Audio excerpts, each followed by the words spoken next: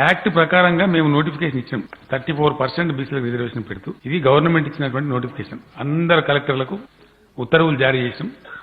మొత్తం 61.19% మేము పెట్టిన రిజర్వేషన్ యాక్ట్ లోపలనే పెట్టి 61.19 రిజర్వేషన్ పెట్టి మీరు రిజర్వేషన్లు చేసేయండి, నోటిఫై చేయండి అని చెప్పించినాం. దీని మీద ఎవరండి పోయింది? స్వప్నారెడ్డి అని కాంగ్రెస్ పార్టీ సర్పంచ్, సంగారెడ్డి జిల్లా. గోపాల్ రెడ్డి అని చెప్పి సర్పంచుల సంఘం తరఫున కాంగ్రెస్ పార్టీ నాయకుడు. వీళ్ళు హైకోర్టుకు పోయింది.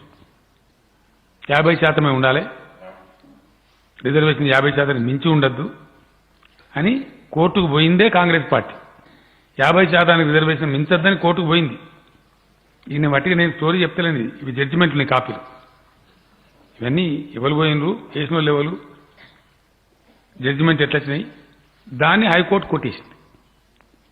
కేసు 50% మించద్దు, సుప్రీంకోర్టు జడ్జిమెంట్ ఉందని చెప్పి కొట్టేసింది. కొట్టేసి మేము ఊరుకోలే, ఇమ్మీడియట్ మేము సుప్రీంకోర్టులో అప్పీల్ చేసినాం. ఇమ్మీడియట్ అప్పీల్ పోయినాం. పోయి దాన్ని 61.919% పెట్టుకుంటాం, గతంలో ఉందండి, మాకు అదే ఇవ్వండి అని చెప్పి మేము పోయినాం. వాళ్ళు కూడా కొట్టేసిండ్రు. 50% మించద్దని కోర్టుకు పోయినరు. వాళ్ళే ఇలా ముసలి కన్నీరు గార్చి మాట్లాడితే నవ్వాలనా ఏడవాలనా? ఈ తెలివి ఉండా, తెలివి లేకనా?